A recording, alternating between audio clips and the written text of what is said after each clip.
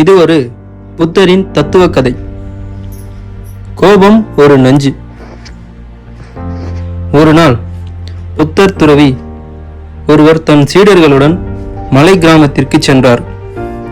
அங்கு ஒரு இளைஞன் அவரை எதிர்த்து கோபமாக கத்தினான். நீ பொய்யான ஆசான், மக்களை ஏமாற்றுகிறாய் என்று சாடினான். அப்போது புத்தர் அமைதியாக சிரித்தார். அவரது சீடர்கள் அந்த இளைஞனை அடக்க முயன்றனர். ஆனால் புத்தர் அவர்களை நிறுத்தி மெதுவாக இளைஞனிடம் ஒரு கேள்வி கேட்டார். அவனோ சரி என்றான். நீ ஒருவருக்கு பரிசு கொடுக்க நினைத்து அவர் அதை ஏற்கவில்லை என்றால் அந்த பரிசு யாரிடமே இருக்கும்? இளைஞன் குழப்பத்துடன் பதிலளித்தான். அந்த பரிசு கொடுத்தவரிடமே தான் இருக்கும்.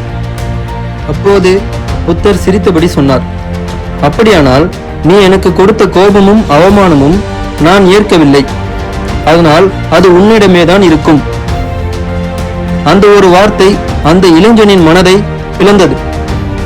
அவன் நாணத்துடன் கண்ணீர் விட்டு புத்தரிடம் மன்னிப்பு கேட்டான்.